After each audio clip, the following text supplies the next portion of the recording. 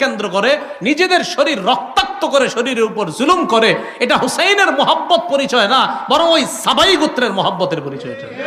আমিরে মুআবিয়া যখন মুমূর্ষ অবস্থা চিন্তা করলেন কি করা যায়, আমিরে মুআবিয়া ইজতিহাদ করে দেখলেন যে আমার পরে খলিফা কাকে বানানো যায়। তো তিনি দেখলেন যে আমার পরে খলিফা হিসেবে যোগ্য আমার ছেলে ইয়াজিদ। আমিরে মুআবিয়া দেখলেন। উলামায়ে কেরাম, ফুকাহায়ে কেরাম বলেন যে দেশ চালানোর যোগ্যতা আসলেই ইয়াজিদের ছিল। কি চালানো? কিন্তু তাকওয়া বা খোদাবিরুতা এই দিক দিয়ে হযরতে হুসাইন, আব্দুল্লাহ ইবনে ওমর, আব্দুল্লাহ ইবনে জুবায়ের, আব্দুল্লাহ ইবনে আব্বাস, আব্দুর রহমান ইবনে আবু বকর তখনও দুনিয়াতে জিন্দা। তাকওয়া খোদাবিরুতায় যে তারা শ্রেষ্ঠ এতে কোনো সন্দেহ নাই, কিন্তু দেশ পরিচালনার যোগ্যতা যে ইয়াজিদের ছিল এটা উলামায়ে কেরামও স্বীকার করে। তবে তাকওয়া খোদাবিরুতায় কারা এগিয়ে? হুসাইন, আব্দুল্লাহ ইবনে ওমর, আব্দুল্লাহ ইবনে জুবায়ের, আব্দুল্লাহ ইবনে আব্বাস তারা এগিয়ে। আমিরে মুআবিয়া বড় বড় সাহাবী তাবিঈদের সাথে পরামর্শ করছে, আমি ইয়াজিদকে খেলাফতের দায়িত্ব দিতে চাই, আপনারা কি বলেন? তো তারা বলল, হ্যাঁ, দেশ পরিচালনায় ইয়াজিদকে দিতে পারেন। ততদিন পর্যন্ত ইয়াজিদের থেকে কোনরূপ খারাপ কিছু প্রকাশ পায় নাই। তো আমিরে মুআবিয়া পরবর্তী খলিফার নাম ঘোষণা করে গেছে। আমিরে মুআবিয়ার সম্পর্কে ইয়াজিদ কি হয়? ছেলে। হ্যাঁ, ইয়াজিদ যে খেলাফতের যোগ্য না এই কথাটা হুসাইন রাদিয়াল্লাহু তাআলা আনহু সহ সাহাবায়ে কেরাম কেউ অস্বীকার করে নাই, যোগ্য না। তবে হুসাইন রাদিয়াল্লাহু তাআলা আনহু চেয়েছেন না, বাপের ছেলে খলিফা হবে, এই পন্থাটা রহিত হওয়া দরকার। এটা যদি প্রতিষ্ঠিত হয় তো দুনিয়াতে দেখা যাবে বাবার অযোগ্য ছেলেরাও খলিফা হওয়া শুরু হবে। এটা হুসাইন রাদিয়াল্লাহু তাআলা আনহু ছিলেন না, বাপের ছেলেই খলিফা হতে হবে, এই নিয়ম পদ্ধতিটা এটা দুনিয়া থেকে উঠে যাওয়া দরকার। এটা না উঠলে খালি বাপের ছেলেরা যদি খলিফা হতে থাকে অযোগ্যরাও খলিফা হয়ে যাবে। এটা হুসাইন রাদিয়াল্লাহু তাআলা আনহুর চিন্তা, সঠিক চিন্তা। ইয়াজিদকে খলিফা নাম ঘোষণা করার পর 60 হিজরির 4 রজব আমিরে মুআবিয়া রাদিয়াল্লাহু তাআলা ইন্তেকাল করলেন, দুনিয়া থেকে বিদায় নিলেন। আমিরে মুআবিয়া ইন্তেকাল করছে যেদিন, সেদিন তখন তার ছেলে ইয়াজিদ, তখনও তিনি দামেস্কে ছিলেন না। তিনি তার বাবার মৃত্যুর সংবাদ পেয়ে আসতে আসতে দেখে জানাজা হয়ে অলরেডি আমিরে মুআবিয়াকে দাফন করাও হয়ে গিয়েছে। বাকি এতটুকু জানছে যে তাকেই খলিফা হিসাবে নাম ঘোষণা করে গেছে। ইয়াজিদ খলিফা হওয়ার পর চারদিকে চিঠি পাঠাইতে লাগলো, মোটামুটি সবাই আস্তে আস্তে তার খেলাফত মেনে নিতে লাগলো। প্রায় আপনার বড় বড় সাহাবীরাও তার খেলাফত মেনে নিতে লাগলো। তবে মক্কা এবং মদিনায় যারা আছে এদের মধ্যে বড় বড় কিছু সাহাবা তার খেলাফত মেনে নিচ্ছে না। হুসাইন রাদিয়াল্লাহু তাআলা আনহু ইয়াজিদ যে খলিফা হিসেবে অযোগ্য এটা উনি অস্বীকার করে না। তবে ইয়াজিদের খেলাফত প্রতিষ্ঠিত হয় নাই পরিপূর্ণভাবে, এটা হুসাইন রাদিয়াল্লাহু তাআলা আনহুর দাবি। এবং তার দাবি হলো না, বাপের ছেলেই খলিফা হওয়া, এই পন্থাটা, এই পদ্ধতি দুনিয়া থেকে রহিত করতে হবে। এই জন্য হুসাইন রাদিয়াল্লাহু তাআলা আনহুর সোজা কথা, ইয়াজিদের খেলাফত আমি মানি না। আব্দুল্লাহ ইবনে আব্বাসও মানেন নাই, আব্দুল্লাহ ইবনে ওমর মানেন নাই, আব্দুর রহমান ইবনে আবু বকর তিনিও মানেন নাই, আব্দুল্লাহ ইবনে জুবায়ের তারা কেউ মানেন নাই। এতটুকু বুঝে আসছে? ইয়াজিদ চিন্তা করলো, আমারে সারা দুনিয়া যদি খলিফা মানে আর এই বড় বড় 5 সাহাবী যদি না মানে তো আমার তেমন কোনো ভ্যালু থাকবে না। মনে রাখবেন তখন কুফার গভর্নর যিনি, তার নাম নু'মান ইবনে বশীর রাদিয়াল্লাহু তাআলা, কুফার গভর্নর। বসরার গভর্নর যিনি ছিলেন তখন উবাইদুল্লাহ ইবনে জিয়াদ। আর মদিনার গভর্নর যিনি ছিলেন তার নাম হলো ওয়ালিদ ইবনে উতবাহ। ইয়াজিদ খলিফা হওয়ার পর ওয়ালিদ ইবনে উতবার কাছে চিঠি পাঠাইলো, তুমি যেইভাবে হোক, যেই পদ্ধতি হোক, তাড়াতাড়ি হুসাইন, আব্দুল্লাহ ইবনে জুবায়ের, আব্দুল্লাহ ইবনে ওমর, আব্দুল্লাহ ইবনে আব্বাস এদের থেকে তাড়াতাড়ি বায়াত নাও। এদের থেকে যদি বায়াত না নাও তাহলে কিন্তু আমার অবস্থা তেমন ঠিক হচ্ছে না, তাড়াতাড়ি এদের থেকে আমার পক্ষে বায়াত নাও। এতটুকু বুঝে আসছে? কুফা থেকে তখন শত শত চিঠি আসতে লাগলো হুসাইন রাদিয়াল্লাহু তাআলা আনহুর কাছে। হুসাইনকে চিঠিতে লিখতেছে, নবীর নাতি, আপনি হযরত আলীর সন্তান, আপনার মতো যোগ্য ব্যক্তি থাকতে ইয়াজিদকে আমরা কেউ খলিফা হিসাবে মেনে নিতে পারছি না। কুফার জনগণ আমরা কেউ তাকে খলিফা হিসাবে মানব না। কুফায় 1 লক্ষ লোক রেডি আছে ইয়াজিদের বিরুদ্ধে লড়াই করার জন্য, আপনি আমাদের কাছে চলে আসেন। কয় লাখ? 1 লাখ।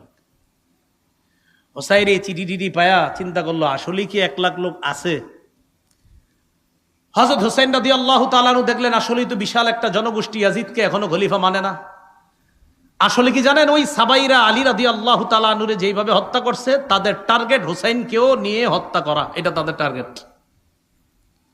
হোসাইন রাদিয়াল্লাহু তাআলা আনহুর কাছে এদিক দিয়ে চিঠি, এদিক দিয়ে গভর্নর হাউসে, মদিনার গভর্নর হাউসে ডাক পড়ছে। কার?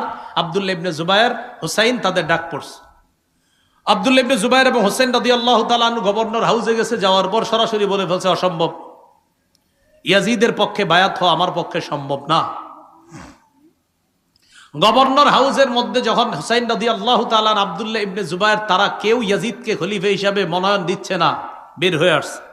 ইয়াজিদ এবার বলল প্রয়োজনে হুসাইনকে গ্রেফতার করা হোক, নাউজুবিল্লাহ, এরপরেও আমার পক্ষে বায়াত নিতে হবে। হুসাইন রাদিয়াল্লাহু তাআলা আনহু মদিনার অবস্থা বেগতিক দেখে পরিবার নিয়ে মদিনা থেকে রওনা করলেন মক্কায়। কোথায়? মক্কায়। মক্কায় রওনা করার সময় আব্দুল্লাহ ইবনে আব্বাস, আব্দুল্লাহ ইবনে ওমর তারা বাধা দিলেন, আপনি কই যান? হয় মক্কায় যাই। পরে আব্দুল্লাহ ইবনে ওমর কয়, আপনি মক্কায় যাবেন না অন্য কোথাও? কয় না, মক্কায়, আপাতত মক্কায় যাই। কয় তারপর?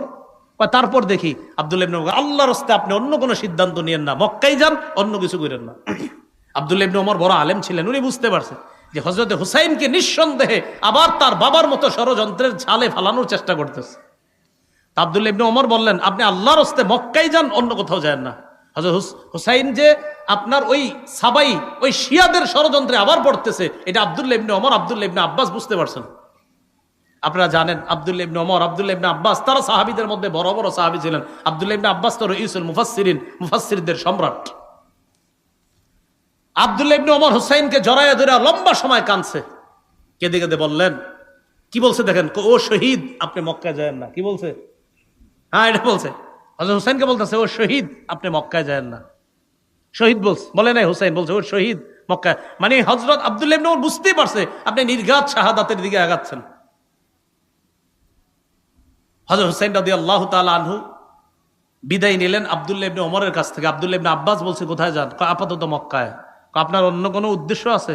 কয় সেখানে গিয়ে সিদ্ধান্ত নিব। আসলে হযরত হুসাইন মনে মনে মোটামুটি সিদ্ধান্ত যে কুফাবাসীর যেহেতু চিঠি আসতেছে, দেখি কুফায় যাওয়া যায় কিনা। রওনা করলেন মক্কায় পরিবার নিয়ে। মক্কায় যাওয়ার পর আব্দুল্লাহ ইবনে ওমর রাদিয়াল্লাহু তাআলা আনহু, বড় বড় সাহাবী যারা, তারা বাধা দেওয়ার পরও তিনি মক্কায় গেলেন। ইতিমধ্যে আব্দুল্লাহ ইবনে আব্বাস, আব্দুল্লাহ ইবনে ওমর, আব্দুল্লাহ ইবনে জুবায়ের তারা ইয়াজিদের খেলাফতকে মেনে নিয়েছে। কথা বুঝছেন নি? আব্দুল্লাহ ইবনে আব্বাসও মেনে নিয়েছে, আব্দুল্লাহ ইবনে ওমরও মেনে নিয়েছে। তারা মেনে নিয়েছে কেন? তারা বললেন, বিশাল বড় কোনো রক্তক্ষয়ী যুদ্ধের আশঙ্কা থেকে হেফাজতের জন্য আমরা ইয়াজিদের খেলাফত মেনে নিলাম। এরা খেলাফত মেনে নেওয়ার পর হুসাইন রাদিয়াল্লাহু তাআলা আনহু যখন মক্কায় গেলেন, মক্কায় আরো চিঠি আসতে থাকলো, প্রচুর চিঠি। চিঠিতে শুধু একই কথা, আপনি আসেন কুফায়। এক পর্যায়ে কুফার অবস্থা যাচাই করার জন্য হুসাইন তার চাচাতো ভাই মুসলিম ইবনে আকিলকে পাঠাইছে কুফায়। তুমি যাও, কুফার অবস্থা যাচাই করে আমারে জানাইবা। মুসলিম ইবনে আকিল কুফায় যাওয়ার আগেই, কুফার গভর্নরের নাম ছিল নোমান ইবনে বশির, মনে রাখবেন।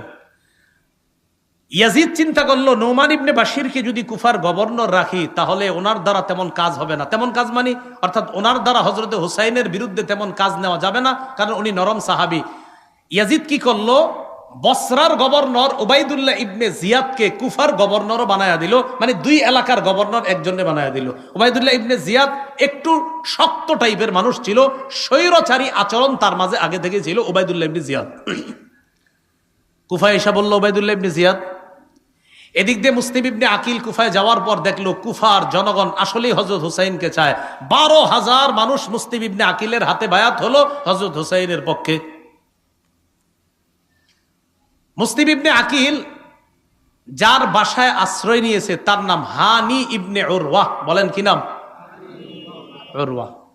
এদিক দিয়ে উবাইদুল্লাহ ইবনে জিয়াদের কাছে সংবাদ আসছে যে হুসাইনের পক্ষে এক ব্যক্তি বায়াত নিচ্ছে, সে নাকি হানি ইবনে উরওয়ার ঘরের মধ্যে আছে। এই হানি ইবনে উরওয়ার ঘরে গিয়ে হানি ইবনে উরওয়াকে অ্যারেস্ট করে বন্দী করে নিয়ে আসছে। হানি ইবনে উরওয়াকে বন্দী করার পর মুসলিম ইবনে আকিল 4000-এর একটা বাহিনী নিছে হানি ইবনে উরওয়াকে ছুটিয়ে আনার জন্য, মানে জেলখানা থেকে বন্দী করে আনবে। জেলখানা থেকে বন্দী করে যখন আনার জন্য গেছে, যে যাওয়ার পর 4000 ওই মানুষ যাদেরকে নিয়ে গেছে, এদের মা বোন ভাইয়েরা আইসা এদেরকে বুঝাইতে লাগলো, এই তোরা থাকিস না, এখান থেকে চল, যে যার যার মতো চল। এই কথা বইলা যখন নিয়ে গেছে, হযরত মুসলিম ইবনে আকিল পিছনে তাকায় দেখে আর আছে 60 জন। কয়জন ছিল? কয় হাজার আছে? কয়জন? একটু পরে দেখে 50 জন, একটু পরে দেখে 30 জন আছে, একটু পরে দেখে উনি ছাড়া আর কেউ নাই। এই যে জি, ইহাকেই শিয়া বলা হয়।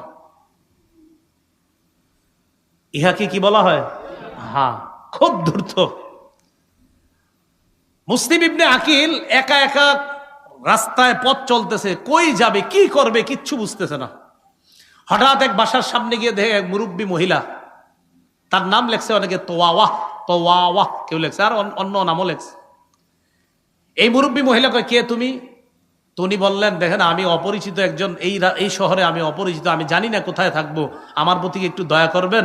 আমি হযরত হুসেন রাদিয়াল্লাহু তাআলা আনহুর একজন দূত হিসাবে আসছিলাম, আমার একটু আশ্রয় দেন। তিনি তাকে ঘরে আশ্রয় দিলেন। তার ছেলে আবার বাহির থেকে আইসা জানতে পারছে আমাদের ঘরে একজন মেহমান আছে, দেখে কি আম্মা আপনার ওই চুপে চুপে ওই মেহমানকে খানা পৌঁছায়, পানি পৌঁছায়। ছেলে সন্দেহ করলো আম্মা কাকে খানা দেন, এক পর্যায়ে বলতে বাধ্য হয়েছে যে এক ব্যক্তি আমগো ঘরে আশ্রয় নিছে। গিয়ে দেখে এই সেই ব্যক্তি, তার নাম মুসলিম ইবনে আকিল, যাকে গ্রেফতারি পরোয়ানা পুরা কুফার মধ্যে চলতেছে। ওবায়দুল্লাহ ইবনে জিয়াদকে জানায়া দিল। জানায়া দেওয়ার পর মুসলিম ইবনে আকিলকে অ্যারেস্ট করছে। মুসলিম ইবনে আকিলের অ্যারেস্ট করার লম্বা হিস্ট্রি আছে, যেদিকে যাব না। গভর্নর হাউসের ছাদের উপর উঠায়া সেখান থেকে নিচে ফালায়া মুসলিম ইবনে আকিলকে হত্যা করছে। মুসলিম ইবনে আকিলকে হত্যা করার আগে আশআস নামে এক ব্যক্তিকে মুসলিম ইবনে আকিল কানে কানে বলছে, আহারে নবীর নাতি হুসাইনকে আমি চিঠি পাঠিয়ে দিছি কুফায় আসার জন্য, যদি পারেন মেহেরবানি করে আপনি তাড়াতাড়ি খবর পাঠান নবীর নাতি হুসাইন যেন কুফায় না আসে। খবর কিন্তু পাঠাই দিছে কুফায় আসতে, এবার আবার বলছে খবর পাঠাইয়া দিয়ে বলেন যেন না আসে। ইতিমধ্যে হুসাইন রাদিয়াল্লাহু তাআলা আনহু মুসলিম ইবনে আকিলের চিঠি পায়া রওনা করে ফেলছে। রওনা করার সময় পদে পদে সাহাবায়ে কেরাম বাধা দিচ্ছে, আপনি কুফায় যায়েন না, নিরাপদ মনে হচ্ছে না। কয় কুফার জনগণ তো প্রস্তুত, আমরা বিশ্বাস করি না, আপনার বাবার সাথে এরা গাদ্দারি করছে, আপনার সাথে গাদ্দারি করবে বলেই আমাদের বিশ্বাস। হুসাইন রাদিয়াল্লাহু তাআলা আনহু রওনা করলেন। প্রশ্ন জাগে কেন রওনা করলেন? এর উত্তর হলো হযরত হুসাইন রাদিয়াল্লাহু তাআলা আনহুর চিন্তা হলো যে আমি যদি এই মুহূর্তে কুফায় না যাই, এটা হবে একটা হাজার হাজার মানুষ আসলেই যদি ইয়াজিদের খেলাফত মেনে না থাকে তাহলে কি করা। হযরত হুসাইন রওনা করলেন। রওনা করার পর কিছু দূর যাওয়ার পর হযরত হুসাইন রাদিয়াল্লাহু তাআলা আনহুকে অনেকে বারবার বাধা দিচ্ছে। এক পর্যায়ে আপনার ইরাকের কাছাকাছি যখন চলে গেছে, তখন হযরত হুসাইন জানতে পারলেন যে ইয়াজিদের খেলাফত ভালোভাবেই শক্তিশালী হয়ে গেছে, কুফাতেও বসরাতে সব জায়গায়। অথচ হুসাইনের কানে ছিল কি যে ইয়াজিদের খেলাফত কুফায় নরবরে অবস্থা, আসলে নরবরে না, কুফায়ও ইয়াজিদের খেলাফত শক্তভাবে কায়েম হয়ে গেছে। হুসাইন রাদিয়াল্লাহু তাআলা আনহু যখন গেলেন, ওবায়দুল্লাহ ইবনে জিয়াদ একটা বাহিনীকে পাঠিয়ে দিল, যেই বাহিনীর প্রধান নাম হলো ওমর ইবনে সাদ। বলেন কি নাম? কতগুলা নাম বলছি আজকে, যদিও মনে থাকবে না আপনাদের, তো যাই হোক এরপরে শোনেন আর কি করা। এই ওমর ইবনে সাদের নেতৃত্বে একটা বাহিনী পাঠিয়ে দিছে হযরত হুসাইনের গতি রোধ রক্ষা করতে। মনে রাখবেন, হুসাইন রাদিয়াল্লাহু তাআলা আনহু কিন্তু জিহাদের উদ্দেশ্যে কখনোই যায় নাই সেদিকে, জিহাদের উদ্দেশ্যে যায় না। এর প্রমাণ উনি শিশু নারীদেরকে নিয়ে গেছে, আর শিশু নারীদেরকে মুসলমান কখনো জিহাদে নেয় না, তুমি গেছে এমনি। যাওয়ার পর ওমর ইবনে সাদের সাথে হযরত হুসাইনের সাক্ষাৎ করার পর হযরত হুসাইন বুঝতে পারছে যে ইয়াজিদের খেলাফত প্রতিষ্ঠিত হয়ে গেছে। হুসাইন সরাসরি বললেন, ঠিক আছে আমাকে ইয়াজিদের কাছে যাইতে দাও। সুন্দর প্রস্তাব। এই ইতিহাস এই জায়গায় বলে আপনার যে হযরত হুসাইন বলছে আমাকে ইয়াজিদের কাছেই যাইতে দাও, আমি দেখি ওখানে যে ইয়াজিদের কাছে আমি নিজেকে সুবর্দ করে দিব, আমি প্রয়োজন মাফিক ইয়াজিদের হাতে আমি প্রয়োজনে বায়াত হব, আমাকে ইয়াজিদের কাছে যাইতে দাও, সেখানে আমার তার সাথে কথা আছে। ওবায়দুল্লাহ ইবনে জিয়াদ যে কুফার গভর্নর, সে কি করলো, ওমর ইবনে সাদকে বলল হুসাইনকে যে কোনো মূল্যে গ্রেফতার করো। একটু তারা টাইপের লোক। হযরত হুসাইন যখন দেখলো না আমাকে যে কোনো মূল্যে গ্রেফতার করতে চায়, তখন তিনি তিনটা প্রস্তাব রাখলেন হযরত হুসাইন। এক, আমাকে মক্কায় ফিরে যেতে দাও, যেখান থেকে এসেছি সেখানে। দুই, আমাকে ইয়াজিদের সাথে সাক্ষাৎ করতে দাও। তিন, অথবা মুসলমানদের কোন রাষ্ট্রে চলে যেতে দাও, সেখানে অন্য সাধারণ মুসলমানদের মতো আমি জীবন যাপন করব। এই তিনটা প্রস্তাব মনে রাখবেন। হযরত হুসাইন যখন দেখলেন যে আমাকে গ্রেফতার করতেই চায় ওবায়দুল্লাহ ইবনে জিয়াদ, উনি তিনটা প্রস্তাব দিলেন। এক, ইয়াজিদের সাথে সাক্ষাৎ করতে দাও। দুই, মক্কায় ফিরে যেতে দাও। তিন, ইসলামী রাষ্ট্রের কোন সীমানায় পৌঁছায় দাও, আমি সাধারণ মুসলমানদের মতো জীবন যাপন করব। এই কথা শোনার পর ওবায়দুল্লাহ ইবনে জিয়াদ তার যে বাহিনী পাঠাইছে, ওই বাহিনীর মধ্যে প্রধান ছিল ওমর ইবনে সাদ, আরেকজনের নাম ছিল শিমার। কি নাম? শিমার। এই ওমর ইবনে সাদ এবং শিমার আরো কয়েকজন ছিল বড় বড়, সীমার উবাইদুল্লাহ ইবনে জিয়াদকে বুঝাইলো, কয় দেখেন শিকার হাতে পেয়ে এইভাবে হাতছাড়া করাটা ঠিক হবে না। উবাইদুল্লাহ ইবনে জিয়াদও একটু নরম হয়েছিল, হ্যাঁ ঠিক আছে, যেহেতু রক্ত যুদ্ধ হবে না, তো রক্ত যদি না হয়, রক্ত যদি জমিনে না পড়ে, এটা তো ভালো কথা। হুসাইন যদি এমনি বায়াত হয়ে যায় তাহলে এটা খারাপ কথা না, সমস্যা কি, হোক ঠিক আছে, তাহলে তাকে ইয়াজিদের কাছে যাইতে দেই। সীমার বলল, আরে আপনি কি করতেছেন, এই শিকার যেটা পাইছেন এটা আর কখনো পাবেন না, হাত ছাড়া কইরেন না। উবাইদুল্লাহ ইবনে জিয়াদ কয়, হ্যাঁ ঠিক আছে, তাই তো, তাহলে গ্রেফতার করো। হযরত হুসাইন রাদিয়াল্লাহু তাআলা 9 মুহররম কুফা থেকে আপনার শামে অর্থাৎ দামেস্কের যেখানে ইয়াজিদ আছে সেখানে যাইতে প্রায় 900 কিলোমিটারের উপরে, কয়শো কিলো, সেখানে যাইতে আপনার প্রায় 18-19 দিন লাগবে।